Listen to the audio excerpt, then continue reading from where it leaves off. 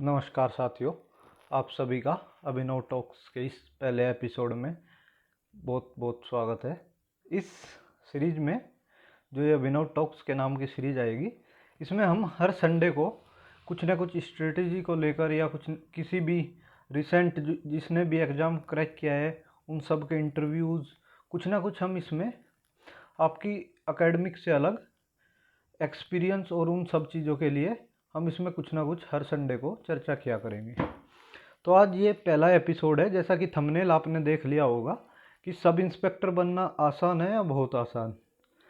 देखो, अभी आपको ये थंबनेल सिर्फ इसलिए लग रहा होगा कि ये वीडियो को पॉपुलर करने का एक कोई भी एजेंडा हो सकता है, लेकिन ऐसा नहीं है।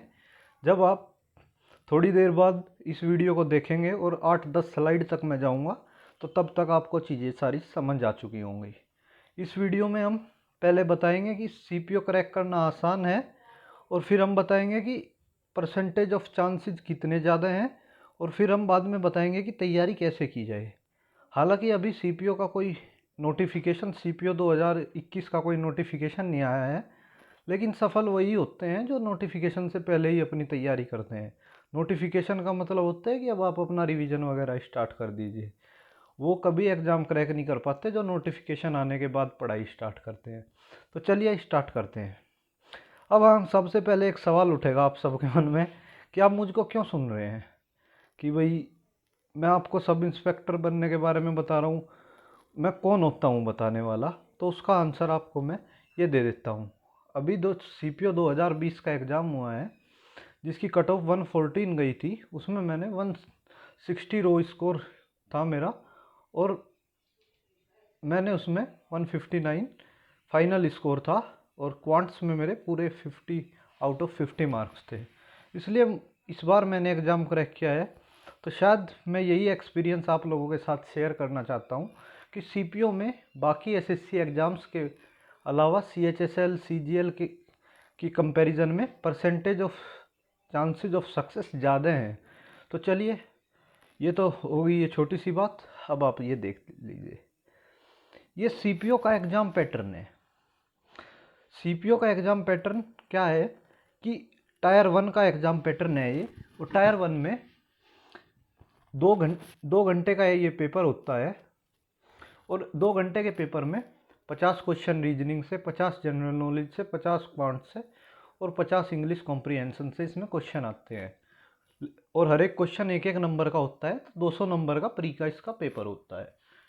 वहाँ जहाँ दूसरी ओर सीजीएल और सीएचएसएल का प्री का पेपर होता है, उसमें क्वेश्चन 25 होते हैं, लेकिन सिलेबस दोनों का सेम है। जैसा कि आप देख पा रहे होंगे, क्वेश्चन उसमें 25 होते हैं, लेकिन उसमें 1 घंटा होता है। यहाँ पे क्वेश्चन 50 हो गए, 2 घंटे हो गए।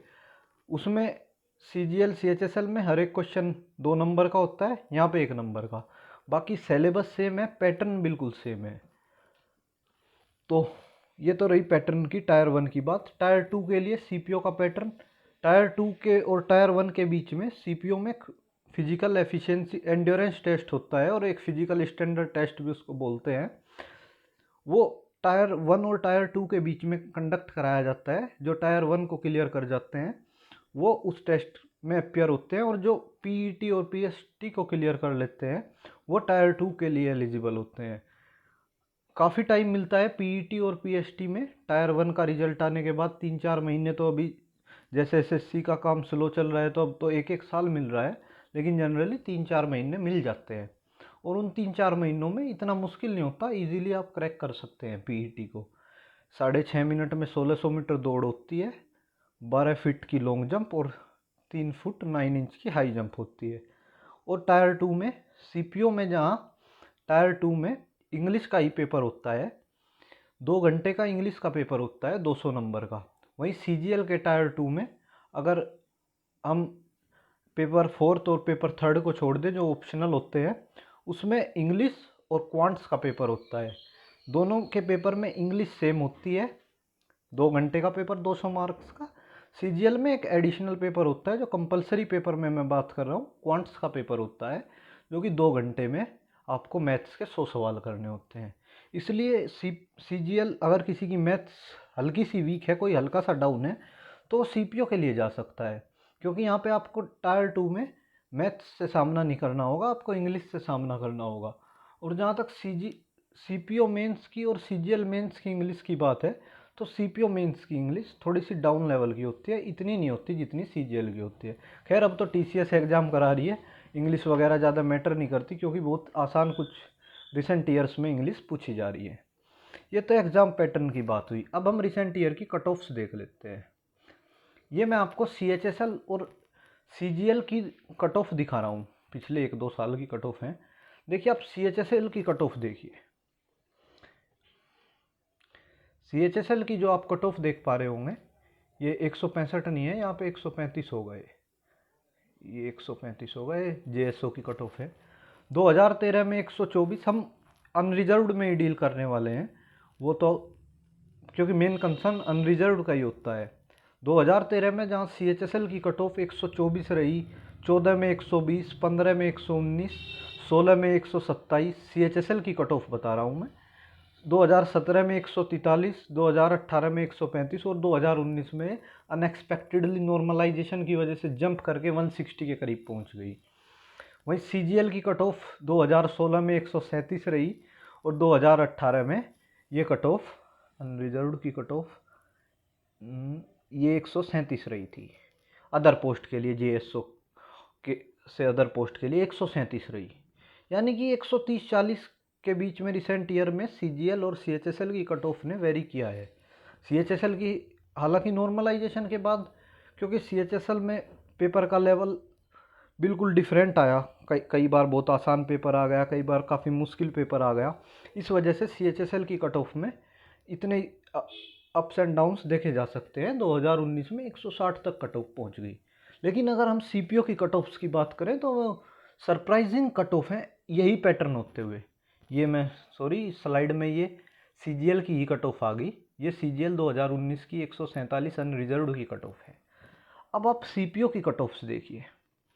सीपीओ की कट ऑफ जनरल में अनरिजर्व्ड में 2014 में 85, 15 में 88, 16 में 89, 17 में 117 और 18 में 140। 18 में 140 गई, लेकिन 19 में फिर 101 आ गई और 20 में ये फिर 114 हो गई मेंस की, और वुमेन की 118 हो गई। तो जहाँ की वही पैटर्न होते हुए, बस उधर 1 घंटे के पेपर में आधे सवाल हैं, इधर 2 घंटे का पेपर है, सवाल उसके डबल है, लेकिन कट ऑफ्स में कितना डिफरेंस आ रहा है। पेपर के पैटर्न की वजह से कट ऑफ में बहुत डिफरेंस आ रहा है। अगर आप इसको टारगेट करें तो ये काफ़ी इजीली है, अगर काफ़ी इजीली आप इसको क्रैक कर सकते हैं। आप देख लीजिए रिसेंट ईयर में 85, 88, 89 और 2019 में 101 और 2020 वाले में 114 यहाँ पे कट ऑफ गई है। तो ये कट ऑफ के अगर पॉइंट ऑफ व्यू से देखा जाए, दोनों की कट ऑफ्स में कंपैरिजन किया जाए, पेपर का पैटर्न सिमिलर होते हुए, तो ये काफ़ी सरप्राइजिंग रिजल्ट है सीपीओ को लेकर। हाँ, इसका पेपर में थोड़ा सा लेवल अप होता है, पर इतना नहीं होता कि कट ऑफ इतनी वेरी कर जाए। इसका एक मेन रीजन है कि number of students applying in CPO are less than the number of students applying in the SSC CGL and CHSL, and the main reason behind this is the age limitation in the CPO. The maximum age is I think 24 in the CPO, around 24। यानी कि अभी आपने अगर college से graduation में अगर आप अभी ग्रेजुएशन करके निकले हैं तो ये सबसे सुनहरा मौका है, क्योंकि 24 साल तक ही आप 3 से 4 अटैम्प्ट आप पूरे अपने उसमें दे पाएंगे। तो ये सबसे सुनहरा मौका है कि अब आप सीपीओ को टारगेट करें।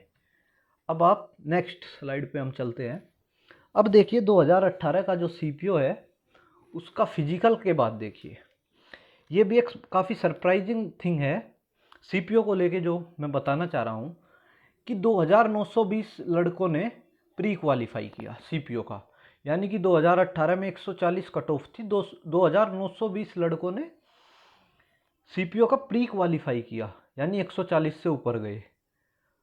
उसमें से जो फिजिकल को क्लियर कर पाए, वो फिजिकल को क्लियर करने के बाद टायर 2 के लिए इसमें जो बच्चे बचे वो 4461 ही बच्चे बचे। 20,140 से ऊपर हो गए। उसके बाद फिजिकल को क्वालिफाई करने के बाद नंबर ऑफ स्टूडेंट 1/5 हो गए। यानी कि अब 4461 बच्चों पे 1223 ही पोस्ट थी उस समय। ये टेंटेटिव है, उस वैकेंसी ये बाद में बढ़ गई है, फाइनल रिजल्ट इसका आ चुका है। तो वैकेंसी ये 2000 के करीब हो गई, यानी कि number of vacancy just double हो गई। ये तो पीईटी के बाद की बात है। अब हम सिमिलर क्राइटेरिया अगर मैं आपको 2019 वाले में दिखाऊं 2019 में जहां एसएससी सीपीओ की कट ऑफ 101 नंबर ही गई, वहां 5871 लड़के ही पीईटी को पास कर पाए, और 101 जो कट ऑफ थी उसको 45,000 ने क्लियर किया, लेकिन फिजिकल के बाद 5871 बच्चे ही बचे। यानी कि ये लमसम 1/9 स्टूडेंट ही फिजिकल को क्लियर कर पाए। और ऐसा मुश्किल फिजिकल नहीं है, 24 साल तक आप मैक्सिमम एज में इसको दे सकते हो। तो ये भी नहीं है कि अगर आप एज ज़्यादा है ये इसका मेन कंसर्न है। 5871 लड़के इसमें पीईटी के बाद बचे, यानी कि टायर 2 होगा, और उसके बाद फिर फाइनल मेरिट होगी। कुछ लोग डीवी से भी एग्जेम्प्टेड हो जाएंगे, क्योंकि उन्होंने 2018 में भी दे रखा है, सीजीएल में भी दे रखा है। और इसमें टोटल वैकेंसी 2534 हैं अभी टेंटेटिव, और ये बढ़ेंगी, यानी कि ये 3000 के करीब वैकेंसी चली जाएंगी। और ये 5871 लड़कों पर ही है, यानी कि हर दूसरा बच्चा अगर पीईटी के बाद क्लियर कर गया तो वो सब इंस्पेक्टर या एएसआई सीआईएसएफ में बन जाएगा। ये तो सीपीओ को लेके मैंने आपको आइडिया दिया, जनरल आइडिया, कि ये कितना इजी है क्रैक करना और प्रीवियस ईयर की कट ऑफ्स का क्या ट्रेंड है। अब हम जो इसमें बात करने जा रहे हैं वो जा रहे हैं कि हम इसको पढ़े कैसे। देखो, अभी सबसे पहले स्ट्रेटजी को लेकर हल्का सा, ये कोई स्ट्रेटजी की वीडियो नहीं थी, बस ये बताने की वीडियो थी कि आप सीपीओ को अच्छे से फोकस करिए। अगर आप की एज अभी 24 नहीं हुई है, कॉलेज से आप निकले ही हैं। मैथ्स को लेकर मैं सबसे पहले मैथ्स को ही बताऊंगा, क्योंकि मैथ्स में मेरे 50 मार्क्स थे। तो मैथ्स को लेकर अगर मैं आपको बताना चाहूँ तो सिंपली आप, अब तो अपना यूट्यूब चैनल ही बोलूँगा मैं, आप किसी भी टीचर से पढ़ लीजिए। आप बैच के साथ साथ किरण की प्रैक्टिस कर लीजिए, किरण से प्रैक्टिस कर लीजिए प्रीवियस ईयर क्वेश्चन की जो एसएससी में पूछे गए हैं। और एग्ज़ाम से पहले आप सीजीएल मेंस के पेपर भी सारे सोल्व कर लीजिए 2011 से 19 तक के। कोचिंग के साथ साथ आपने किरण कर ली, उसके बाद आपने सीजीएल मेंस के पेपर सोल्व कर लिए, उसके बाद आप सिर्फ मॉक्स पे फोकस कीजिए, मैथ आसानी से हो जाएगा। इंग्लिश को लेकर मैं आपसे कहना चाहूँगा कि इंग्लिश इसकी काफ़ी आसान है। 50 नंबर के तो एक्टिव पैसिव ही हैं, 50 नंबर के एक्टिव पैसिव हैं। 150 में से फाइट तो 150 की है, 50 में से तो 48 49 तो हर कोई स्कोर कर जाएगा। उन 150 में से भी वो कैब भी एसएससी की हर साल रिपीट होती है। तो वो कैब के लिए आप प्रीवियस ईयर के वो cab I think online mentors से आती है, जो वो पीडीएफ निकाल के उनको सिनोनियम और वन वर्ड को बार बार पढ़िए। नॉर्मन लुइस की बुक एक बार कर लीजिए, और नीतू सिंह की बुक ग्रामर के लिए आप कर सकते हैं। और मेन फोकस इंग्लिश में भी मॉक्स पे और प्रीवियस ईयर प्रैक्टिस पे। रीजनिंग के लिए इसमें कुछ खास नहीं करना होता। रीजनिंग के लिए किसी भी यूट्यूब चैनल से आप या कहीं से भी जो कॉन्सेप्ट समझ ना आ रहे हो वो पढ़ के और खाली टाइम सेट करके रीजनिंग की प्रैक्टिस कीजिए। रीजनिंग में टाइम का इम्पोर्टेंट है, इसलिए मॉक दीजिए। और सबसे इम्पोर्टेंट अब जनरल अवेयरनेस, क्योंकि 50 नंबर की जनरल अवेयरनेस है, और जनरल अवेयरनेस ही एक ऐसा फैक्टर है जो कि आपको फाइनल पोस्ट में दिल्ली पुलिस में और बीएसएफ और आईटीबीपी में जो इसके बीच का डिफरेंस बनता है वो जनरल अवेयरनेस की वजह से ही बनता है। तो जनरल अवेयरनेस के लिए सबसे पहले तो आप करंट को बड़ी डीपली पढ़िए। करंट के लिए आप किसी भी अच्छे न्यूज़पेपर को भी मैं रिकमेंड कर सकता हूँ। हाँ, न्यूज़पेपर कर सकते हो आप, सीपीओ के लिए तो कर सकते हो। न्यूज़पेपर पढ़िए, उसमें से करंट को नोट्स बनाने की ज़रूरत नहीं है। न्यूज़पेपर से ऐसे ही रीडिंग लगा लीजिए। ये भी नहीं है कि आप द हिंदू पढ़ें। अगर आपको दैनिक जागरण मज़ेदार लगता है तो दैनिक जागरण पढ़े, उसमें अपने स्टेट का जागरण ना पढ़े, बस बागपत जागरण मेरठ जागरण ना पढ़े, देश विदेश और एक दो एडिटोरियल वगैरह पढ़ ले। और बाकी करंट अफेयर के लिए आप दृष्टि आईएएस की वेबसाइट को फॉलो कर सकते हैं, वहाँ पे काफ़ी अच्छी करंट अफेयर आती है और उनके साथ उनकी स्टैटिक भी रिलेट होती है। और इसके बाद आप करंट के लिए ये हो गया, और जीके के लिए बाकी आप ल्यूसेंट वगैरह कुछ भी कर सकते हैं, जो सब करते हैं। जीके में आपको बस इतना ही करना है, जो सब जनरल लोग पढ़ते हैं वो सब कर लीजिए। अगर जीके में कोई नया क्वेश्चन आएगा या बहुत ही टिपिकल क्वेश्चन आएगा जो कि बुक में नहीं है, कहीं नहीं है, तो वो सब छोड़ेंगे, वो फाइनल मेरिट में ज़्यादा इम्पैक्ट नहीं डालता। तो चलिए, थैंक यू।